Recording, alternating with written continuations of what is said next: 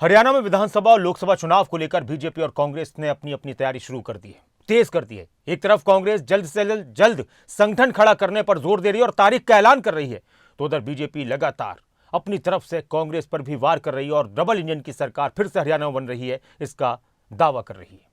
2024 के चुनावी रण में उतरने के लिए कांग्रेस और बीजेपी दोनों ही अपनी अपनी सियासी जमीन को मजबूत कर रही हैं। कांग्रेस का सबसे पहला और मुख्य इम्तिहान है संगठन का विस्तार। हरियाणा में जिस संगठन को लेकर कांग्रेस लगातार अपने विरोधियों के निशाने पर रही है, अब उसी संगठन को लेकर कांग्रेस ने फिर से काम तेज कर दिया है और अब कांग्रेस की तरफ से दावा किया जा रहा है कि 1 महीने में कांग्रेस का संगठन बनकर तैयार हो जाएगा और इसके लिए तारीख भी निर्धारित कर दी गई।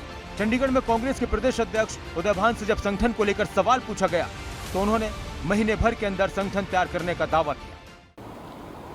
हरियाणा में अभी हमारा सब जब मंडल स्तर पर ये जाएगा, सारे प्रवक्ता हुए मंडल ब्लॉक, और मैं आपको चलो पहले बता देनी चाहिए थी कि हमारी प्रक्रिया चल रही है, हमारा जो संगठन वाली, और इसमें अभी हमारी जो चाहे वो प्रदेश इलेक्शन कमेटी है, चाहे प्रदेश मैनिफेस्टो कमेटी है, चाहे प्रदेश एग्जीक्यूटिव कमेटी है, ये इसके साथ साथ जो हमारे सारे जो जिलाध्यक्ष हैं, इनकी सबकी प्रक्रिया पूरी होकर के अभी आपको पता है जैसे अभी 5 प्रदेशों के इलेक्शन चल रहे थे, सारे नेता वहाँ पर लगे हुए थे।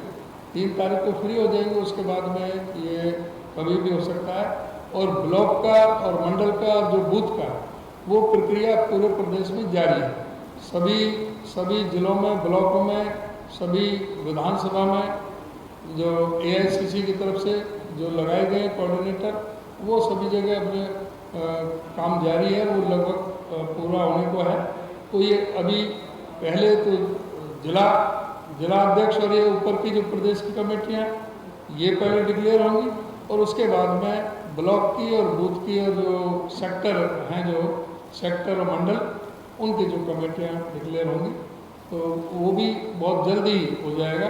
और इसके लिए भी हम उम्मीद कर रहे हैं कि लगभग 1 महीने में सारा प्रक्रिया पूरी कर देंगे। एक तरफ कांग्रेस संगठन तैयार करने के लिए काम कर रही है, तो दूसरी तरफ युवाओं को कांग्रेस के साथ जोड़ने के लिए भी एक नए अभियान की शुरुआत की गई है, जिसका नाम है प्रतिभा से परिवर्तन अभियान। इसके जरिए कांग्रेस युवाओं को अपने साथ जोड़ेगी। कांग्रेस जहां 2024 के लिए अपनी तैयारी कर रही है, वहीं प्रदेश सरकार पर भी जमकर हमलावर है। कांग्रेस प्रदेश अध्यक्ष उदय भान ने एक बार फिर बीजेपी पर जमकर निशाना साधा। प्रतिभा खोज अभियान के तहत प्रतिभा से परिवर्तन की एक कार्यक्रम के तहत आज की प्रेस कॉन्फ्रेंस रखी है। जो हमारे नेताओं की सोच है कि सभी आम आदमियों को, आम कार्यकर्ता जो कांग्रेस की विचारधारा से जुड़ा हुआ है, जो टैलेंटेड जो लोग हैं, चाहे वो किसी भी आयु वर्ग का हो, लेकिन विशेषकर से युवा हो, उसको इस अभियान से जोड़ा जाए। और उसके लिए एक हमने भाई आप 10 साल के पूछो ना कि 10 साल की जो सरकार 10 साल से बीजेपी की है, और आप आज पूछ रहे हो, अब हमारे से पूछ रहे हो। उस समय भी 4 बिजली के कारखाने लगाए थे, 43,000 करोड़ के खर्चे इन्होंने एक यूनिट कोई कारखाना लगाया बिजली का, कोई एक पिलर, कोई मेट्रो का कोई लगाया? कोई विकास का काम कोई नहीं हुआ। एक तरफ कांग्रेस युवाओं को अपने साथ जोड़ने और जल्द अपने संगठन विस्तार का दावा कर रही है, वहीं दूसरी तरफ बीजेपी भी लगातार जनता के बीच पहुंचकर अपनी उपलब्धियां गिनवा रही है। कांग्रेस पर बीजेपी की तरफ से लगातार वार किए जा रहे हैं। हरियाणा बीजेपी के अध्यक्ष नायब सैनी ने पानीपत में एक बार फिर जनसभा की। इस दौरान उन्होंने जहां सरकार की उपलब्धियों का जिक्र किया, तो वहीं कांग्रेस पर भी जमकर निशाना साधा। वैसे तो हरियाणा में चुनाव के मैदान में कई पार्टियां नजर आएंगी। बीजेपी और कांग्रेस के अलावा जेजेपी भी होगी, इनेलो भी होगी, आम आदमी पार्टी भी होगी। लेकिन हरियाणा में भूपेंद्र सिंह हुड्डा पहले ही ये कह चुके हैं कि मुकाबला कांग्रेस और बीजेपी में ही रहने वाला है। वहीं दूसरी तरफ दूसरी पार्टियों के भी अपने अपने दावे हैं। उत्साह जन का है, कार्यकर्ताओं का जोश है, इसके आधार के ऊपर मैं बोल सकता हूं कि ये नरेंद्र मोदी जी की नीतियों का परिणाम है, ये मनोहर लाल जी की नीतियों का परिणाम है, जिन्होंने दूर से दूर बैठे हुए व्यक्ति को बिना पर्ची बिना खर्ची के रोजगार दिया है, उसके घर तक योजना का लाभ पहुंचाने का काम किया है।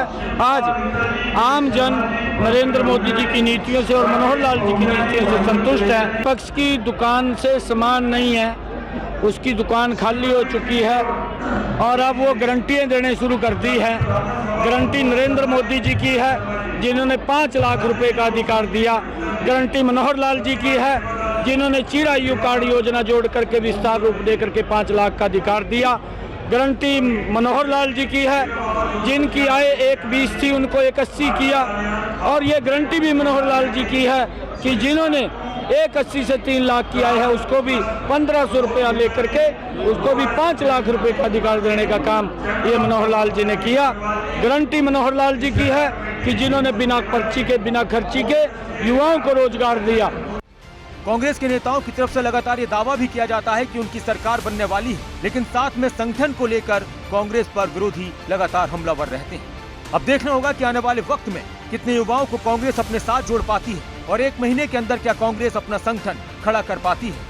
वहीं दूसरी तरफ बीजेपी अपने जनसभाओं और जनता के बीच पहुंच को लेकर जनता को कितना लुभा पाती है, ये भी आने वाला वक्त बताएगा। न्यूज डेस्क, खबरां भी।